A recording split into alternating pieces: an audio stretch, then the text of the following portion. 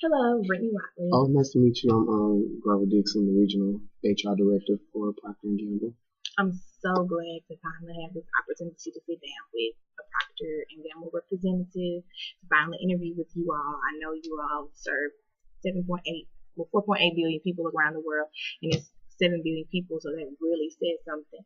And also, you all are a very diverse company, and it would be great to work with a company who shows diversity, being that I am an African American female, if not too many of us represented in corporate America. So to be able to work with a company who has over 150 nationalities represented says something about you all, as well as you all have been in the industry for 175 years. So that speaks about longevity as well, saying that being that you all have a solid foundation in what you all are doing, and you're doing something right because you've been around for 175 years. So that speaks volumes in itself.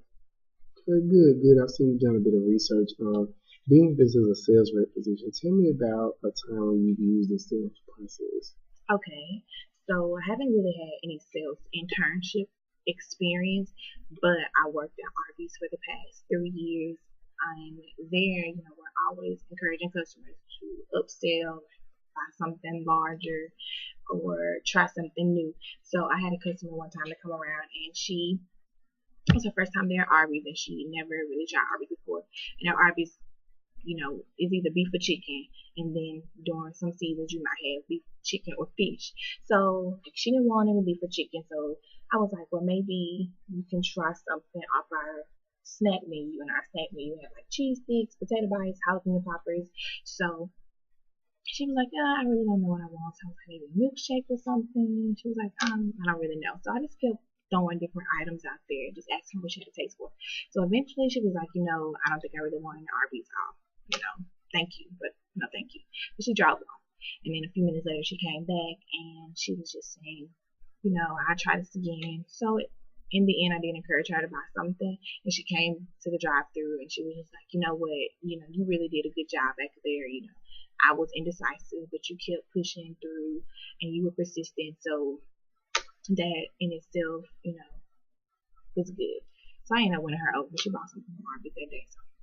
Okay, that's good. Persistence is really key as far as in selling, so that's good that you're able to do that. What other characteristics do you possess that makes you qualified for this position? What other characteristics? I would have to say my leadership skills this past semester and my promotion strategy class. I was chosen as one of 3 leaders out of a class of 9 people. We had a sales for social impact project, and our focus was Uganda. And there we focused on their unsanitary water, their exposure to smoke, and their unsafe lighting that they have. And that project lasted the whole semester. And being that I was one of 3 leaders, our responsibilities kind of outweigh more than the people that we're leading. So we, I noticed that you had to be patient doing that, and you had to be a good leader. I feel like you have to look at everybody's um, what they can bring to the table. You can't just try to do everything yourself. You kind of got to use everybody's skills and pull it together.